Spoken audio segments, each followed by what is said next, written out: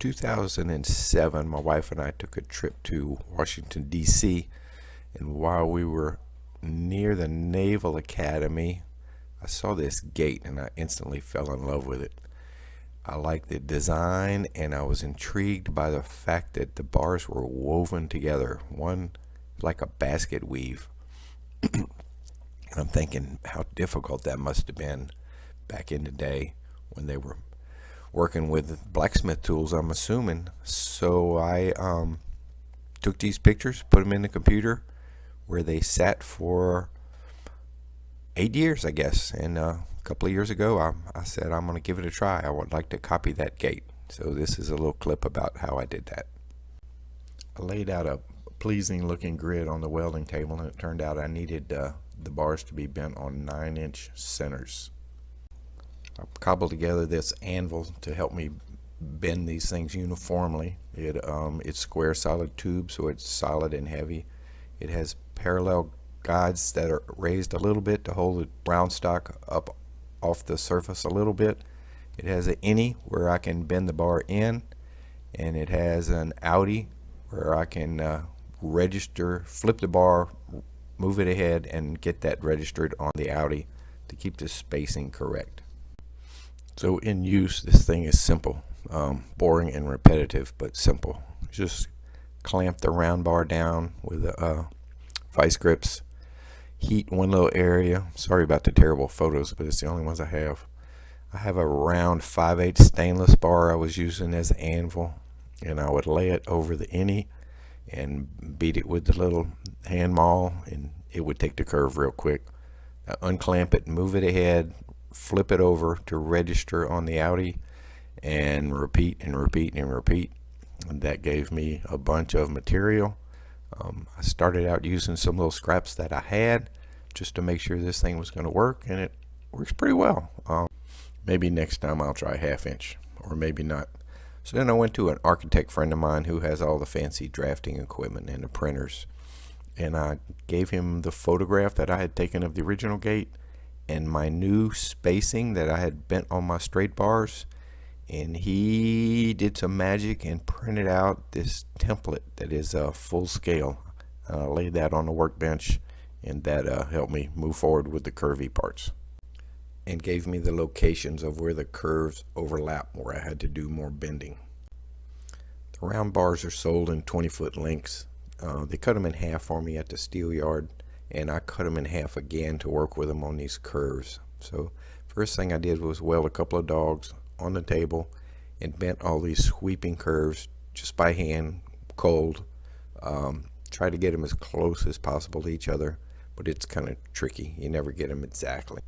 Next, I welded lots of dogs to try to keep these things perfectly lined up. I welded an innie down to the table and beat the curve on one end of each one, and I could pull it out of the dogs, flip it over 90 degrees, and do the other end because they were mirror images. When they were all done, I had to move the innie to the opposite end and a different location and repeat it. So at that point, we had a pair of divots on each end, a left and a right on each end. I used this piece of pipe welded down to form the reverse curve on all of them. They wouldn't bend correctly cold. I had to use a torch to heat them up, and got them all. So at this point, they all had the big curve and the little curve, and the 4 offsets on the big part of the curve. And at this point, they started getting more and more less like each other. It's a battle to make these things completely uniform.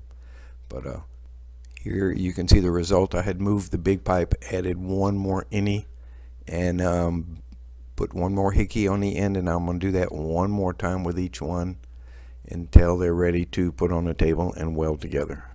Had I been born a perfectionist, this welding would have drove me bananas, because they just don't stay where they're supposed to stay.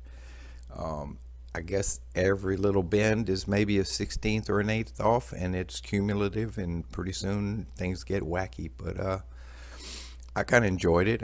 I tried to get the big arcs an inch apart with the flat spacer between the big arcs. That's to bolt the medallion on later on. And I tried for a uniform look. I tried to make the diamonds look good. There was a lot of cutting and making things shorter. There was a lot of heating and bending. There was a lot of cold bending with the hammer. There was a lot of cutting and adding in little bitty pieces, but it was not bad work.